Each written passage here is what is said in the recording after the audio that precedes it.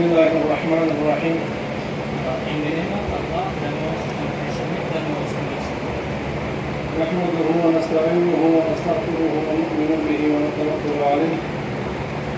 أما بعد فأعوذ بالله من الشيطان الرجيم. بسم الله الرحمن الرحيم. وقل اعملوا فسيرى الله عملكم ورسوله والمؤمنون. صدق الله مولانا العظيم. Do as you will, for Allah will see your deeds, and His Messenger and the believers will also see. Praise be to Allah, who granted victory to His servant, strengthened His forces, completed His blessings, and made security and stability among the greatest blessings sought by nations. May peace and blessings be upon our Master Muhammad and upon his family and all his companions. الحمد لله الذي نصر عبده وأعز جنده وأتم نعمته وجعل الأمن والاستقرار من أعظم النعم التي تطلع إليها الشعوب. والصلاة والسلام على سيدنا محمد وعلى آله وصحبه أجمعين. Praise be to Allah, who granted victory to His servant, strengthened His forces, completed His blessing, and made security and stability among the greatest blessings sought by nations. May peace and blessings be upon our Master Muhammad and upon his family and all his companions. कागले डॉक्टर आनंद प्रकाश हिंद बहरनी चार वजारत अफगानिस्तान पाकिस्तान और ईरान बरखी रईस और नई वंडी मशर मिलमा मुहतरम डिप्लोमातानो कदरमनो मिलमनो और गदे वंडी टोलो द्रनो गुडनवानो अस्सलामु अलैकुम व रहमतुल्लाहि व बरकातुहू.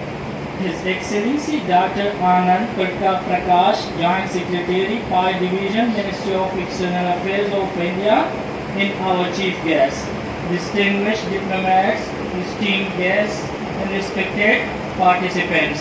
Assalamu alaikum wa rahmatullahi wa barakatuh.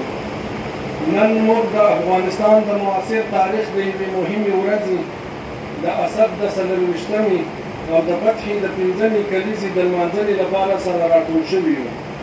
دا ورځ یوازې د یو سیاسي تحول کلیزه نه ده، بلکې د یو نوي پړاو د پیل یادونه هم ده. موږ د جګړو فصل شاته پرې ایښی او نوی فصل مو پیل کړی. هغه فصل او پړاو چې افغانستان پکې د یو واحد قیادت په مدبرانه رهبري کې د اسلامي نظام تر سیوري لاندې د ثبات، بیا رغونې، اقتصادي ودې او د نړۍ سره د متقابل احترام پر بنسټ د اړیکو د پراختیا پر لور ګامونه پورته کړي دي. Today we have gathered to commemorate an important day in Afghanistan's contemporary history, the 24th of Asad or 15 August, in the 5th anniversary of the victory. This day is not merely the anniversary of political transformation, it also marks the beginning of a new chapter. We have left the chapter of war behind and embarked on a new chapter in which Afghanistan, under prudent and unified leadership and within the framework of the Islamic system, has been taking steps forward towards stability, reconstruction, economic growth, and the expansion of relations with the world on the basis of mutual respect. د تیرو پنځو کلونو یوه مهمه لاسته راوړنه د مقدس شریعت تنفیذ، د هیواد د امنیت او خپلواکي تصمیم نیونې پیاوړتیا او د ثبات ټینګښت دی. دا امنیت یوازې د افغانانو اړتیا نه ده، بلکې د سیمې او نړۍ ګډه ګټه ده. یو امن، باثباته او مسؤل افغانستان د سیمه ییز اتصال، سوداګرۍ، پانګونې او اقتصادي همکاریو لپاره نوي فرصتونه رامنځته کوي او د ګډو امنیتي ګواښونو د مخنیوي په برخه کې رغنده رول لوبوي. One of the important achievements of the past 5 years has been the implementation of the sacred Sharia, the strengthening of the country's security and independent decision making, as well as consolidation of stability. This security is not only a necessity for Afghans, but also serves the shared interests of the region and the world. A peaceful, stable and responsible Afghanistan creates new opportunities for regional connectivity, trade, investment and economic cooperation, while also playing a constructive role in preventing shared security threats. په همدې موده کې د نظام پام د جګړې له مدیریت څخه د قانونمندي تقویت، له هیوادونو سره د ډیپلوماتیکو او اقتصادي اړیکو پراختیا، د هیواد د آبادۍ، اقتصادي پرمختګ او عامه خدمتونو پر لور اوښتې ده. د کورنیو عوایدو پر بنسټ د حکومت د چارو اداره کول، د زیربناوو پراختیا، د ترانسپورټي دهلیزونو پیاوړتیا، د انرژۍ، کانونو او کرنې په برخو کې پانګونې، د سیمه ییزو اقتصادي پروژو پرمختګ او د خصوصي سکتور ملاتړ د همدې مسیر څرګندې بیلګې دي. په دې لړ کې د ټاپي، کاسا زر او نورو سیمه ییزو اقتصادي او ترانزیتي پروژو پرمختګ، د سړکونو او بنسټیزو زیربناوو پراختیا او د کورنیو او بهرنیو پانګونو د جذب هڅې د هیواد د اقتصادي ودې او سیمه ییز اتصال لپاره مهم بنسټونه ګڼل کېږي. During this period, the focus of the government has shifted from managing war towards strengthening the rule of law, expanding diplomatic and economic relations with countries, the reconstruction and economic development of the country, and the provision of public services, managing government affairs through diplomatic revenues, developing infrastructure, strengthening transport corridors, investment in the energy, mining and agriculture sector, advancing the regional economic projects and supporting the private sector are clear examples of this direction. In this regard, the progress of TAPI, CASA 1000 and other regional economic and transit projects, the development of roads and basic infrastructure, and efforts to attract domestic investment are regarded as important foundation for Afghanistan's economic growth and regional connectivity. د هیواد اوږدمهاله ځان بسیاینې او بنسټیزې ودې لپاره د ملي پراختیایي پروګرامونو او ستراتیژیو عملي کېدو ته ځانګړې پاملرنه شوې ده. د اقتصادي ودې، انرژۍ، کاري پراختیا، روغتیا او زیربناوو په برخو کې د اوږدمهاله پلانونو پلي کېدل او د افغاني پیسو ثبات او قوي ساتل د دې څرګندونه کوي چې افغانستان د لنډمهالو اقداماتو ترڅنګ د دوامدار پرمختګ لپاره هم روښانه لیدلوری لري. Particular attention has been given to the implementation of national development programs and strategies aimed at the country's long-term self-reliance and fundamental development. The implementation of long-term plans in the areas of economic growth, energy, urban development, health and infrastructure, as well as maintaining the stability and strength of the Afghan currency demonstrates that alongside short-term measures, Afghanistan has also a clear vision for sustainable development. د خصوصي سکتور ملاتړ، د کورنیو تولیداتو هڅونه، د سوداګرۍ د اسانتیاوو پراختیا او د طبیعي سرچینو د قانونمندې استفادې لپاره د قانونو په برخه کې د پانګونې او قراردادونو پراختیا د اقتصادي فعالیتونو او کاري فرصتونو د زیاتېدو لپاره مهم ګامونه ګڼل کېږي. Supporting the private sector, promoting domestic production, expanding trade facilitation, and developing investment and contracts in the mining sector for the lawful utilization of nature resources are considered important steps toward increasing economic activity and employment opportunities. همدارنګه د اداري اصلاحاتو، د عامه خدمتونو د اسانتیا، د فساد پر ضد مبارزې، د قانون د حاکمیت د ټینګښت، د مخدره موادو د کښت او قاچاق د مخنیوي او د روږدو کسانو د درملنې په برخو کې هم مهم ګامونه اخیستل شوي دي، څو د حکومتولۍ کیفیت لوړ او د خلکو باور لا پیاوړی شي. Likewise, important steps have been taken in the areas of administrative reforms, facilitating public services, combating corruption, strengthening the rule of law, preventing the civil cultivation and trafficking of narcotics, and treating those affected by addiction with the aim of improving the quality of governance and further strengthening public confidence. د افغانستان اسلامي امارت باور لري چې د افغانستان جغرافیه باید د منفي رقابت ډګر نه بلکې د اتصال، همکاري او ګډې سوکالۍ پل وي. له همدې امله افغانستان د سیمه ییزو اقتصادي او ترانزیتي همکاریو د پراختیا، د سوداګرۍ د اسانتیا او د متقابلو ګټو پر بنسټ د اړیکو د پیاوړتیا لپاره عملي هڅې روانې ساتلې دي. The Islamic Emirate of Afghanistan believes that Afghanistan's geography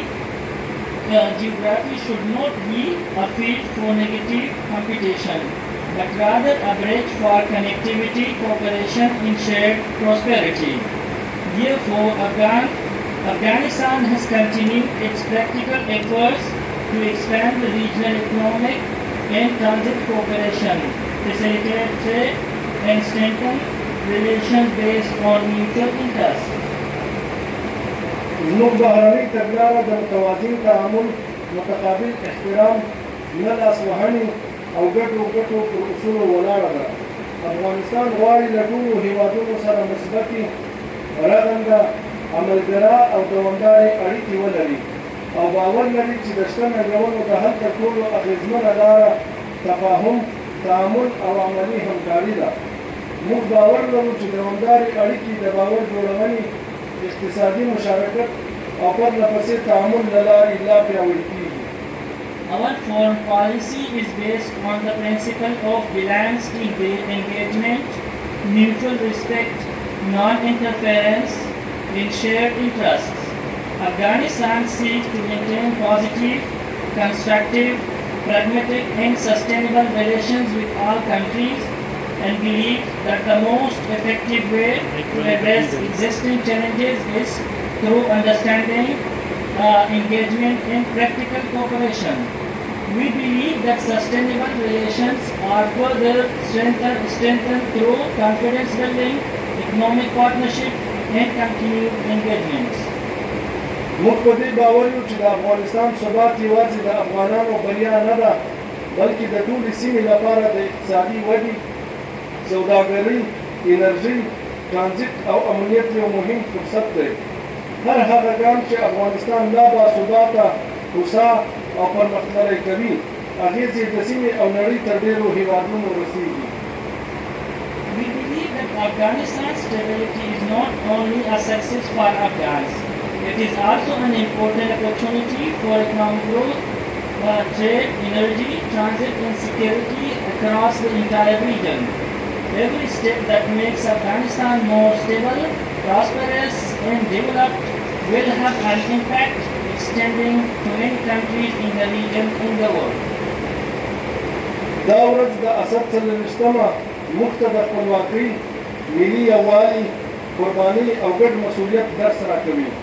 دا ورځ موږ ته دا پیغام هم راکوي چې د ملتونو ترمنځ اړیکې باید د واقعیتونو، متقابل احترام او ګډو ګټو پر بنسټ ولاړې وي.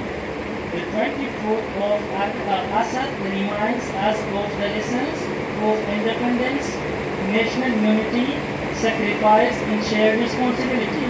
This day also conveys the message that relations among nations should be based on realities, mutual respects and shared interests.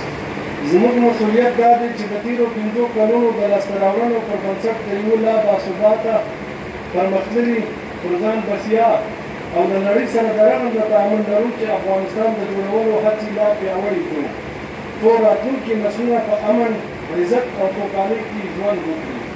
Our responsibility is to build upon the achievements of the past 5 years and further strengthen our efforts to build a more stable, developed and self-reliant Afghanistan that maintains constructive engagement with the world, so that future generations may live in peace, dignity and prosperity.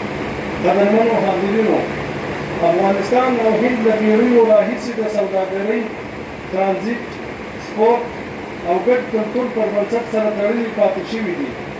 زموږ د تاریخ په اوږدو کې د دواړو هیوادونو لارې د پوهې او هنر د تبادلو او د ادب او معنویت د ارزښتونو د تېرېدو لارې وې. د افغانستان زاړه ښارونه لکه کابل، هرات او کندهار د هند د سوداګرو او کاروانونو کوربه وو، او د هند ښارونه لکه ډیلی او لاهور د افغان عالمانو، شاعرانو او صوفیانو له اغېز څخه برخمن وو. په سیاست کې هم له انګلیسي استعمار څخه د ازادۍ او استقلال لپاره په مبارزه کې دواړو هېوادونو پر یو بل اغېز کړی دی. دا زموږ مشترکه ماضي ده چې زموږ د ښې راتلونکي لپاره ترې الهام اخلو.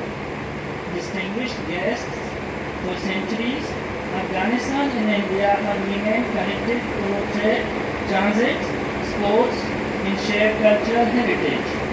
Throughout our history, the routes linking our two countries served as channel for the exchange of knowledge and art, as well as for the transmission of the values of literature and spirituality. The ancient cities of Afghanistan, such as Kabul, Herat, and Kandahar, welcomed Indian traders and caravans, while Indian cities such as Delhi and Lahore benefited from the influence of Afghan scholars, poets, and Sufis. In the political sphere as well, the two countries influenced one another in their struggle for freedom and independence from British colonial rule. This is our shared past from which we draw inspiration for a better future. قدرمنو حاضرینو، د افغانستان او هند اړیکې په وروستیو کلونو کې د متقابل احترام، سیاسي تعامل او ګټو پر بنسټ د پام وړ پرمختګ کړی دی. د دواړو هیوادونو ترمنځ رسمي ډیپلوماټیک تماسونه پراخ شوي، سفارتونه او قونسلګرۍ فعالې شوي، لوړپوړو پلاوي په پرلهپسې توګه تګ راتګ کوي، او د سیاسي، اقتصادي او بشري همکاریو په اړه رغنده تفاهم رامنځته شوی دی. په وروستیو کې د افغانستان د بهرنیو چارو وزیر او نورو سکتوري وزارتونو وزیرانو هند ته سفرونه درلودل، او په مختلفو برخو کې دواړو هیوادونو توافقات کړي دي چې دا د دواړو هیوادونو ترمنځ د همکاریو په پراختیا کې د پام وړ پرمختګ بلل کېږي. Distinguished guests, in recent years, relations between Afghanistan and India have witnessed significant progress, guided by mutual respect, political engagement, and shared interests. Official diplomatic contacts between the two countries have expanded. Embassies and consulates have become more active, and high-level delegations have continued to exchange visits. At the same time, constructive understanding has developed in the areas of political, economic, and humanitarian cooperation. More recently, Afghanistan Minister of Foreign Affairs as well as ministers from other sectoral ministries have visited India, and the two countries have reached understanding in various areas. These developments represents an important step forward in further strengthening and expanding cooperation between Afghanistan and India. موږ باور لرو چې د افغانستان او هند ترمنځ د سیاسي باور، اقتصادي مشارکت او دوامدار تعامل لا پیاوړتیا به نه یوازې د دواړو هیوادونو د متقابلو ګټو سبب شي، بلکې د سیمې د ثبات، اقتصاد او ګډې سوکالۍ لپاره به هم ارزښتناکه ونډه ولري. We believe that stronger political trust, economic partnership, and continued engagement between Afghanistan and India will not only benefit both countries but will also make an important contribution to regional stability, connectivity, and shared prosperity. موږ د هند جمهوریت له مشرتابه او د بهرنیو چارو وزیر ښاغلي ډاکټر سوبرمنیم جیشنکر څخه مننه کوو چې د افغانستان د اسلامي امارت د نړیوالو حقوقو د تامین او رعایت په اړه یې خپل ملاتړ څرګند کړی، او په نړیوالو غونډو کې د افغانستان د مشروع نړیوالو حقوقو د تامین پر اړتیا ټینګار کړی دی. هیله لرو چې په دې برخه کې به لا زیاتې پاملرنې او عملي هڅې وشي. We thank the leadership of India and the Minister of External Affairs, Dr. Jaishankar, for their support in protecting and respecting the international rights of the Islamic Emirate of Afghanistan. We also appreciate their emphasis at international forums on the needs to ensure Afghanistan will recognize international rights. We hope that greater attention and practical efforts will be made in this regard. وپای کې د فتحې د دې تاریخي ورځې د لمانځنې په مناسبت ستاسو له حضور او ګډون څخه د زړه له کومې مننه کوم. ستاسو ګډون زموږ لپاره د درناوي او متقابلې دوستۍ څرګندونه ده او هیله لرو چې زموږ اړیکې به د متقابل احترام او ګډو پر بنسټ لا پیاوړې شي. Finally, on the occasion of the celebration of this History Day of Victory, I would like to express my heartfelt gratitude for your presence and participation. Your presence is a manifestation of respect and mutual friendship, and we hope that our relations will be further strengthened on the basis of mutual respect and shared interest. الله تعالی دې زموږ هیواد سیمه او نړۍ د کامیابۍ سولې ثبات او سوکالۍ پر لور رهبري کړي. والله ولي التوفیق. والسلام علیکم ورحمة الله وبرکاته. May Allah Almighty lead our country, the region in the world towards success, peace, stability and prosperity. And Allah is the creator of success. Assalamu alaikum wa rahmatullahi wa barakatuh. د توجه نه مو نړۍ مننه. Thank you for your attention.